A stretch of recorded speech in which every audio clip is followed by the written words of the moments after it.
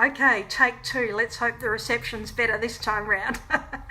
Okay, so my name's Tracy. I'm part of the 30-day course creation challenge at the moment, and I just want to say that I've done, probably like everyone else here, I've done a multitude of challenges over the years. And some I've completed and some I've gotten a couple of days into it and gotten so far behind that I've just stopped and thought, well, it's too late now. And that's pretty much what started to happen to me with this one. I was already behind before I started, so it was like day 5 or something before I started. I did 3 days worth and then I stopped again, and now it's day 15 and I got behind, and I was thinking, you know what, I'm so far behind, there's just no point in catching up now. And then I had to stop and give myself a bit of a kick up the butt, because 4 years ago I had this massive idea to do with animals. Whoops, my phone. I'm resting on my magic bullet at the moment. This is my technology of keeping my phone up, so I'll scrunch down my chair. So a little bit of backstory. 4 years ago, I had this, life turned to shit basically. And this is probably one of the first times I've shared this publicly, and certainly on video, so excuse me if I do get a little bit choked up during it.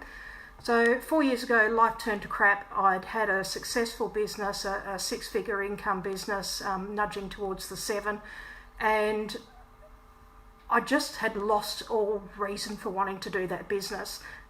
Really, money's not everything. And so I walked away from that business, and when I did, I didn't really know what I wanted to do next. In the background there was all sorts of other things going on. I'd been suffering with clinical depression for a number of years, and I was struggling to get a handle on that. And then to add insult to injury, I ended up homeless. And that was both the rock bottom of my life, but it was also the defining moment for my life to actually show me what was important. And yeah, I'm going to get choked up and I'll try not to. It showed me what was important, and it also showed me some important lessons about humanity. And the one that really stays clear for me is that I was living in Melbourne at the time, and one of the places that I'd go to during the day was around Parliament Station, because there was a nice grassed area. I could sit there, and I wasn't dressed typically like a homeless person. I showered every day. I was always in fresh clothes and wasn't pushing a trolley or anything around, so I didn't look like a typical homeless person. And there I could sit on the lawn and pretend I was a business person who was just having a lunch break.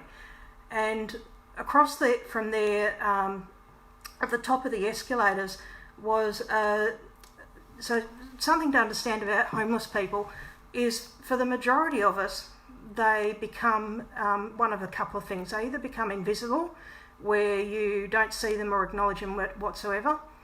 They become someone you get angry at, and I certainly experienced that, where for some people just seeing someone homeless really pushed some triggers for them, and it caused them to get angry and aggressive. And there's certainly a lot of misconception about homelessness too, because certainly by no means is it only people with mental illness or drug addiction or alcohol addiction or anything like that. I met, an ex-Australian ballet company ballerina on the streets. She ended up on the streets because her husband was murdered in front of her, and she just shut down. I met a Channel 9 journo who had been on one of the big networks for many years, and he was living out of his car. So, homelessness isn't necessarily whatever preconceived idea people have. Anyway, I got off track. The one thing for me is that, there was a couple of days before Christmas, and I still remember it, it was people walking everywhere, and this guy in a business suit just completely knocked me on my ass on the footpath. And it wasn't that he just walked past and didn't acknowledge me in any way, or acknowledge that he'd just injured a human being or anything. It was actually the way everyone else walked all around me, and one person stepped on my hand, and there was just no level of care there for other people. Then fast forward about an hour later, and I'm watching, there was a Chinese guy that used to sit at the top of the escalators, and as I said, most homeless people are invisible, but I noticed that this guy wasn't. And there was something that he had that was making him not invisible. And what it was 2 dogs. So people were coming up the escalators and they were engaging with the dogs. They were bending down and patting them, they were talking to them, they were smiling at them.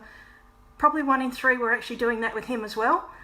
And then I started to watch him over the next couple of days, and I noticed that, you know, some people were in the afternoon when they were leaving and going home were actually not only engaging with the dog, but they were bringing food back for the dogs. And, you know, if they only ate half their sandwich at lunch, they'd bring the other half and give it to the dogs.